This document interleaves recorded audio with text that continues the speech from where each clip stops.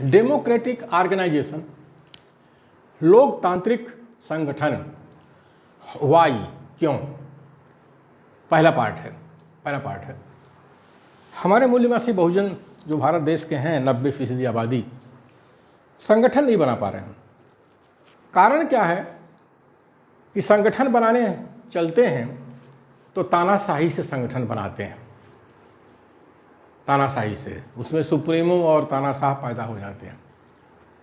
तो तानाशाही से कोई संगठन नहीं बनता है, इसीलिए 90% आबादी है भारत देश के मूल निवासियों की, उनके ऊपर 3% पेशवा शासन कर रहे हैं, क्योंकि ये मूल निवासी संगठन अपना नहीं बना पा रहे हैं। तो जबकि संगठन को डेमोक्रेटिक ढंग से बनाना चाहिए, डेमोक्रेटिक ढंग से, यही हमारे मूल निवासी बहुजनों को पता नहीं है। तो पहला पॉइंट है the society which wishes to be a ruling class, the society which wishes to be a ruling class should organise first. जो समाज शासक वर्ग बनना चाहता है उसे पहले अपना संगठन बनाना पड़ेगा, तो अगर मूल निवासी बहुजन समाज के लोग शासक वर्ग बनना चाहते हैं भारत देश के अंदर, तो उनको संगठन बनाना आना चाहिए। और यहाँ संगठन के नाम पर सुप्रीमोगिरी और तानाशाही शुरू हो जाती है। तो मूल निवासी बहुजनों का संगठन कैसे बने, समस्या ये है। सेकंड है, इफ मूल निवासी बहुजन समाज wishes to be a ruling class should organise मूल निवासी फर्स्ट। इसका मतलब है कि मूल निवासी बहुजन समाज यदि शासक वर्ग बनना चाहता है, मूल निवासी बहुजन समाज यदि शासक वर्ग बनना चाहता है तो उसे पहले मूल निवासियों को संगठित करना पड़ेगा। आज मूल निवासी के नाम पर, बहुजन के नाम पे हजारों संगठन बने हैं, लाखों संगठन बने हैं, लेकिन संगठित नहीं कर पा रहे हैं मूल निवासियों को।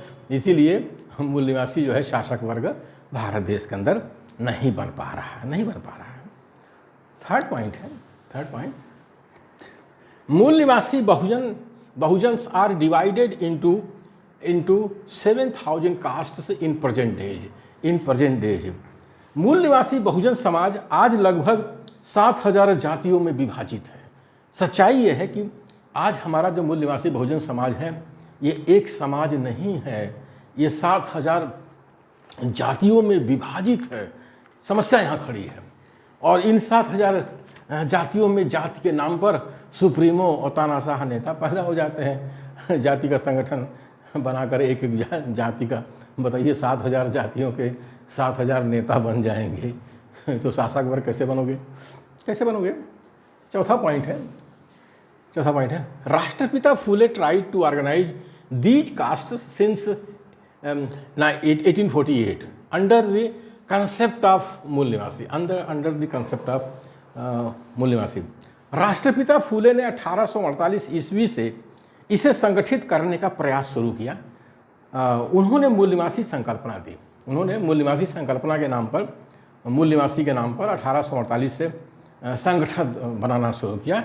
आज फुले अम्बेडकर वादियों के ढेर सारे संगठन हैं, लेकिन संगठन नहीं बन पा रहा है, जबकि यह कार्य 1848 से शुरू हुआ है।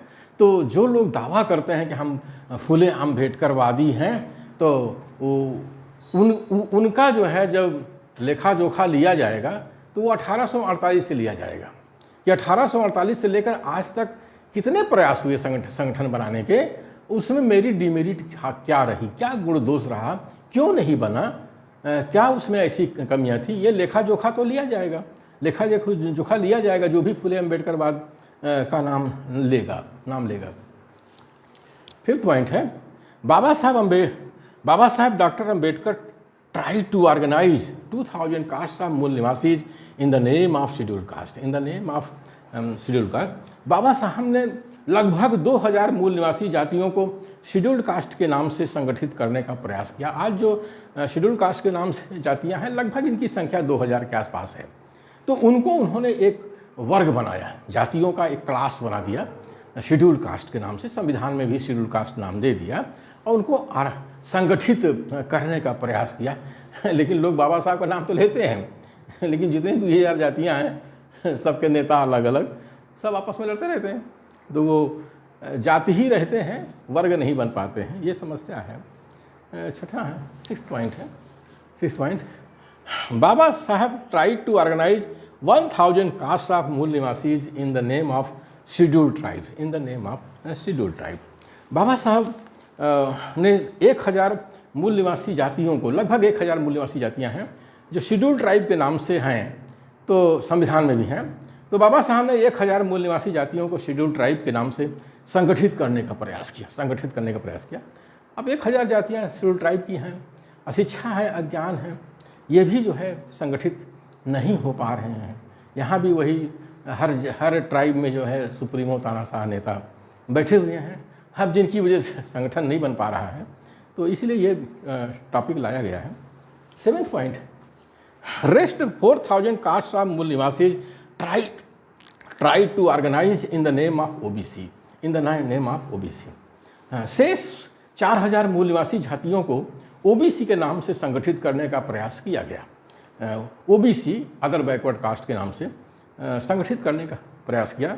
तो ओबीसी जातियों का भी वही हाल है, जितने मूल निवासी हैं, चाहे शेड्यूल कास्ट हो, शेड्यूल ट्राइब हो, ओबीसी हो, माइनॉरिटी हो, सबकी समस्या यही है कि जाति के नेता पैदा हो रहे हैं, एक जाति के नेता, एक उपजाति के नेता पैदा हो रहे हैं, सब सुप्रीमो तानाशाह पैदा हो रहे हैं।